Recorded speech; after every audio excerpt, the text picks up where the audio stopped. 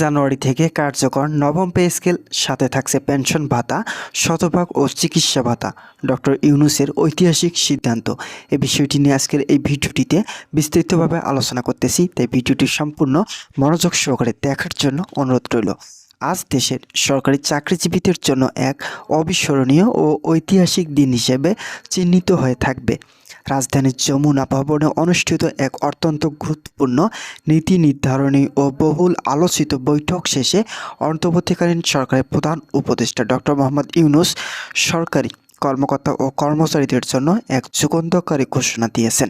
দীর্ঘ বৈঠক শেষে তিনি দেশবাসীকে এবং বিশেষ করে প্রজাতন্ত্রের কর্মচারীদের স্পষ্টভাবে জানিয়েছেন যে আগামী 1 জানুয়ারি থেকেই নবম জাতীয় পে স্কেল পূর্বভাবে কার্যকর হবে।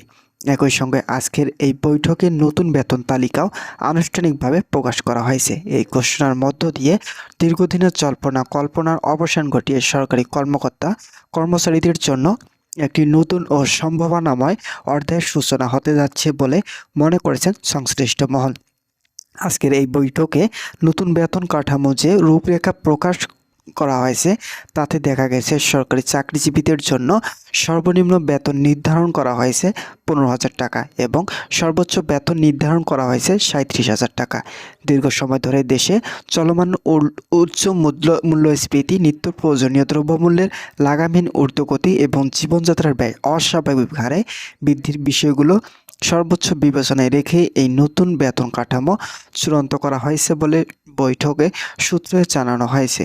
সরকারের এই সিদ্ধান্ত নিম্ন আয়ের কর্মচারীদের জন্য বড় ধরনের স্বস্তি নিয়ে আসবে বলে ধারণা করা হচ্ছে। তো বন্ধুরা, ভিডিওটি চলাকালীন সময় এখন পর্যন্ত যারা আমাদের এই চ্যানেলে নতুন সদস্য রয়েছেন তাদেরকে চ্যানেলটি সাবস্ক্রাইব করে পাশে থাকা বেল আইকনটি অল করে দেওয়ার জন্য অনুরোধ রইল। তো বন্ধুরা, আজকের এই বৈঠকটি ছিল অত্যন্ত তাৎপর্যপূর্ণ ও সিদ্ধান্তমূলক, কারণ নবম পে স্কেল নিয়ে সরকারি কর্মচারীদের মধ্যে দীর্ঘদিন ধরে নানা ধরনের অনিশ্চয়তা, গুজব, আলোচনা ও প্রত্যাশা বিরাজ করছিল। বিভিন্ন সময় তারা আন্দোলন, সমাবেশ, স্মারকলিপি প্রদান ও নানা দাবির মাধ্যমে নতুন পে স্কেল বাস্তবায়নের প্রয়োজনীয় সরকারের কাছে তুলে ধরেছিল। আজকে ডক্টর মোহাম্মদ ইউনূসের এই ঘোষণার মাধ্যমে সেই দীর্ঘ অপেক্ষার চূড়ান্ত অবসান ঘটল। যমুনা ভবনে এই হাই প্রোফাইল বৈঠকে প্রধান উপদেষ্টার সাথে উপস্থিত ছিলেন সরকারের অর্থনীতি উপদেষ্টা, প্রশাসনের শীর্ষ পর্যায়ের সচিব ও কর্মকর্তারা, সংশ্লিষ্ট মন্ত্রণালয়ের প্রতিনিধি এবং পে কমিশনের গুরুত্বপূর্ণ ব্যক্তিরা। বৈঠকে দেশের সামগ্রিক অর্থনৈতিক অবস্থা, সরকারের রাজস্ব আয়ের লক্ষ্যমাত্রা, বাজেট ব্যবস্থাপনা এবং সর্বোপরি সরকারি কর্মচারীদের জীবনমান উন্নয়নের বিষয়টি সব দিক থেকে বিবেচনা করে এই সিদ্ধান্ত নেওয়া হয়েছে।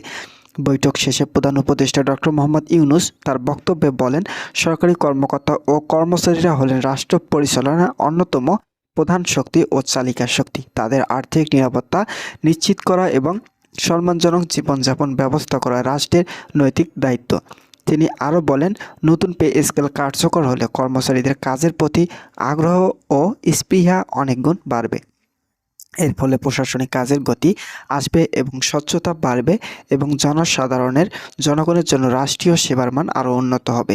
তিনি সবাইকে আশ্বস্ত করে বলেন, এই সিদ্ধান্ত কোনো সাময়িক, আংশিক বা প্রতীকী পদক্ষেপ নয়, বরং এটি একটি বাস্তবভিত্তিক, টেকসই ও দীর্ঘমেয়াদী সিদ্ধান্ত যা জানুয়ারি মাস থেকেই পূর্ণাঙ্গভাবে বাস্তবায়ন করা হবে। নবম পে স্কেলের সবচেয়ে গুরুত্বপূর্ণ এবং স্বস্তিদায়ক দিকগুলো একটি হলো ভাতা ব্যবস্থায় ইতিবাচক ও মানবিক পরিবর্তন। নতুন সিদ্ধান্ত অনুযায়ী পেনশন ভাতা থাকবে শতভাগ, অর্থাৎ অবসরপ্রাপ্ত কর্মকর্তা ও কর্মচারীরা আগের মতোই তাদের পূর্ণ পেনশন সুবিধা পাবেন। সাম্প্রতিক সময়ে পেনশন নিয়ে যে ধোঁয়াশা বা কর্তনের আশঙ্কা তৈরি হয়েছিল, এই ঘোষণার মাধ্যমে তা দূর হলো। এটি দেশের লাখো পেনশনভোগীর জন্য একটি বিশাল বড় স্বস্তির খবর। এছাড়াও বহাল থাকছে চিকিৎসা ভাতা, কর্মকর্তা ও কর্মচারীদের পাশাপাশি অবসরপ্রাপ্তরাও এই চিকিৎসা ভাতার সুযোগ সুবিধা সমানভাবে পাবেন বলে জানানো হয়েছে। বর্তমান সময়ে শুধু ওষুধ ও চিকিৎসার ব্যয় যেভাবে বাড়ছে, সেই প্রেক্ষাপটে সরকারের এই সিদ্ধান্ত অত্যন্ত সময়োপযোগী ও গুরুত্বপূর্ণ বলে মনে করেছেন সংশ্লিষ্টরা। তো বন্ধুরা, ভিডিওটি এখন পর্যন্ত এসেও যারা আমাদের এই চ্যানেলে নতুন সদস্য রয়েছেন তাদেরকে চ্যানেলটি সাবস্ক্রাইব করে পাশে থাকা বেল আইকনটি অল করে দেওয়ার জন্য অনুরোধ রইল। সরকারি নির্ভরযোগ্য সূত্র জানায়, নবম পে স্কেল কার্যকর করার ক্ষেত্রে এবার কোনো প্রকার ধাপে বা পর্যায়ক্রমে বাস্তবায়ন পদ্ধতি অনুসরণ করা হলো না, বরং জানুয়ারি মাস থেকে একযোগে এবং পূর্ণাঙ্গভাবে কার্যক্রম শুরু হবে। অর্থাৎ জানুয়ারি মাসে বেতন নতুন স্কেল অনুযায়ী প্রদান করা হবে।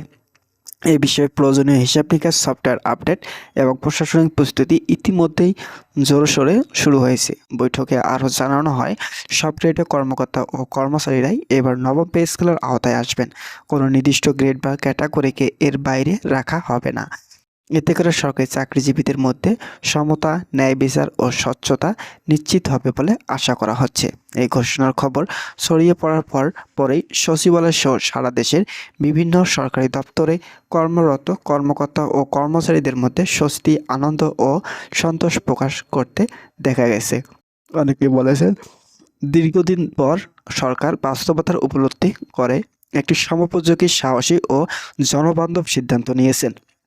পেনশনভোগীরা সরকারের এই ঘোষণাকে স্বাগত জানিয়েছেন এবং প্রধান উপদেষ্টার প্রতি কৃতজ্ঞতা প্রকাশ করেছেন। তো বন্ধুরা, অপরদিকে অর্থনৈতিক বিশ্লেষকদের মতে নবম পে স্কেল কার্যকর হলে সরকারি চাকরিজীবীদের ক্রয় ক্ষমতা বা পার্চেসিং পাওয়ার বাড়বে।